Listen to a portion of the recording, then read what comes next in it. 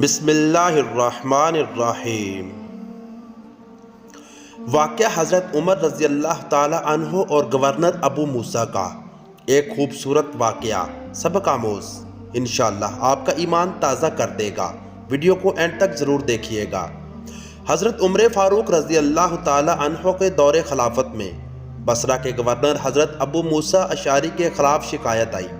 حضرت عمر فاروق رضی اللہ تعالی عنہ نے گورنر کو طلب کیا اور پوچھا، ابو موسیٰ، میں نے سنا ہے تجھے جو تحائف ملتے ہیں وہ تم خود رکھ لیتے ہو، بیت المال میں جمع نہیں کرواتے۔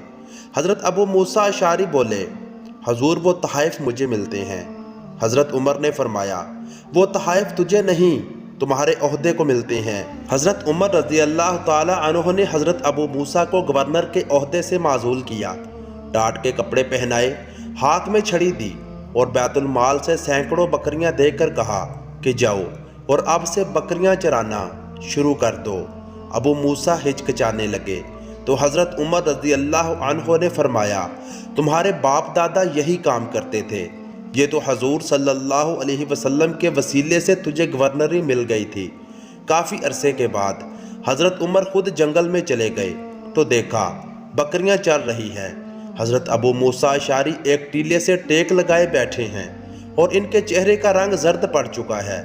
حضرت عمر نے فرمایا، سنا ابو موسیٰ، اب بھی تجھے تحائف ملتے ہیں، تحفے ملتے ہیں تمہیں؟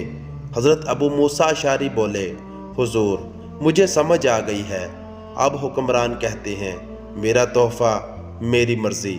تو دوستو کیسی لگی ویڈیو؟ اس طرح کے مزید اچھی ویڈیوز کے لیے چینل کو سبسکرائب کر کے بیل نوٹیفیکیشن دبا لیں۔ اللہ حافظ۔